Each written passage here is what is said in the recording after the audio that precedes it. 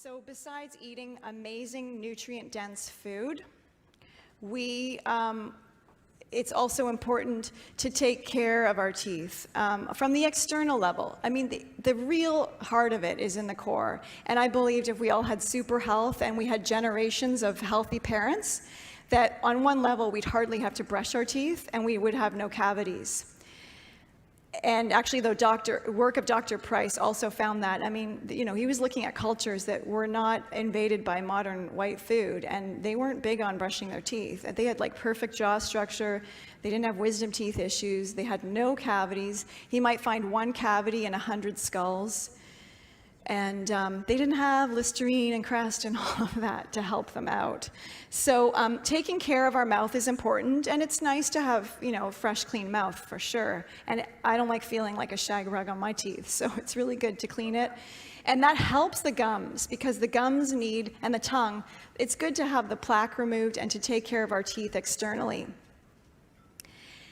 But because the teeth and the gums and the tongue and everything about our mouths is living tissue, it's a good idea to approach the care of our teeth differently than we would, say, scrubbing countertops. And if we're buying oral care products from the maybe harmful if swallowed section at the drugstore, we are going to be brushing chemicals into our bloodstream. We are going to be decomposing collagen. We will be disturbing the microflora of our entire digestive system, and we will be hindering the hormones. So we have lots of alternatives, and we can really take care of our mouths and take care of our molars with the molecular matter of phytonutrients, and we can brush with botanicals. Brushing with botanicals like neem, cardamom, clove, cinnamon, mastic, peppermint. Not only are they totally ancient ways to take care of the teeth and the digestive system, they activate the hypothalamus. They enhance parotid gland secretions. They get digestive juices flowing. So you got one extreme or the other. So the mint doesn't just freshen breath. It's going in there to stimulate digestive juices and stimulate the hypothalamus. These minute molecules of essential oils are also antifungal, antiviral, and antibacterial. And their lipid nature is able to penetrate the oral mucosa, penetrate the tongue, and go in and communicate and stimulate the lymphatic vessels and the capillaries, which is way better than Crest with its sodium lauryl sulfate that causes receding gums and bleeding gums. We are understanding that the mouth is a portal to the body and the inner altar of the brain. So when we brush with things like these botanicals, they go they're going up to the hypothalamus through the nasal bulb and through the soft palate, and they're able to communicate and stimulate the hypothalamus, the parathyroid, the thyroid, and the parotid gland. The skin inside our mouths is also very, very, very thin. It's 1 cell thick. It's called the epithelium, and it has an absorption capacity of 90%. So anything that's going in the mouth is drawn into the skin and into the bloodstream by 90%. So you want to pass on the mouthwashes that are known to cause 36,000 cases of oral cancer a year. Amazing that they're all sitting on the shelf ready to buy. I just find that mind-blowing. And so it's thin, but if you get bleeding gums, or if you're flossing and bleeding begins, then it's even faster, and you're sending those toxins directly into the bloodstream right away.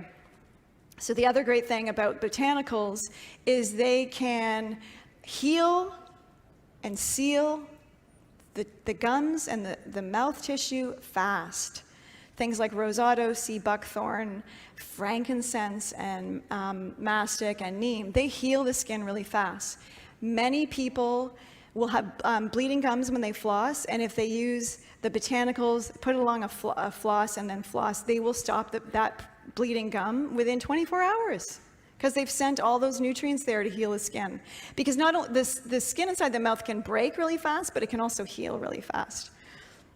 So that's important to know. Next, I have some more amazing tooth tips for you that you can take home and really put to some practical use. So first of all, we want to eliminate all of the hypothalamic parotid suppressors, which is fluoride, chemicals, medication if you can, antibiotics, gluten, anything that's disrupting the digestive system, anything that's making excess insulin. You want to normalize blood sugar. And also, it's important to soak grains and nuts because they have a lot of phytic acid, and phytic acid is an anti-nutrient, and phytic acid inhibits the absorption of phosphorus. So soaking helps a bit, but you actually have to, I forgot, you got to soak and ferment.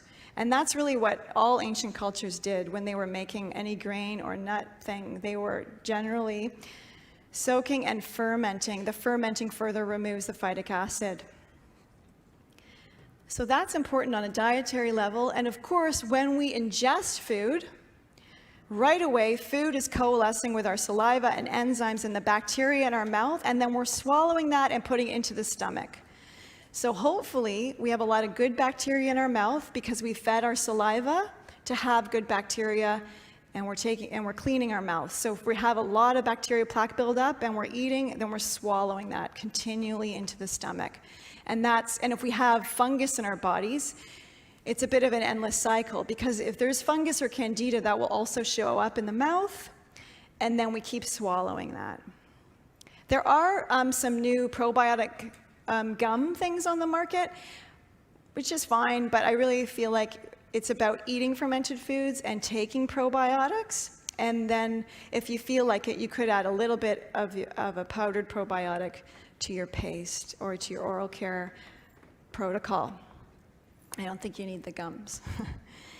And the other thing is amino acids. If we don't get enough amino acids, then we don't have enough to build collagen, because making collagen is pretty complex for the body to do, so we need extra amino acids so that the body has amino acids left over to make the collagen.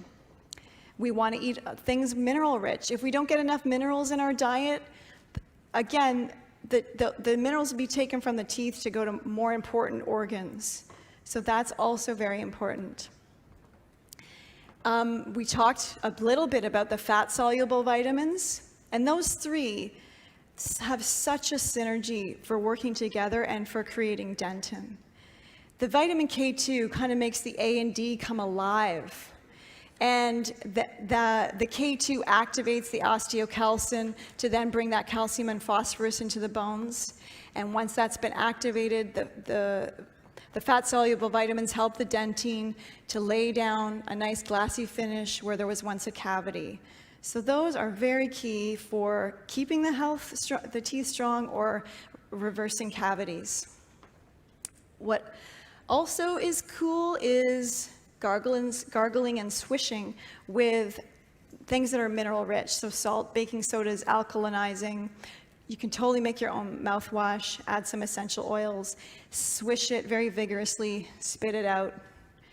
You can make packs. We're passing around an ozonated healthy gum drops. You can put that into the back of your molars. What that's also great for is you can mix in mycelium mushroom, and you can lay that on your gums overnight for helping to make the gums strong and bring the pockets back. We also have an ozonated one. You can put clay and ozone on your teeth and leave that on overnight. Clay is excellent for oral care.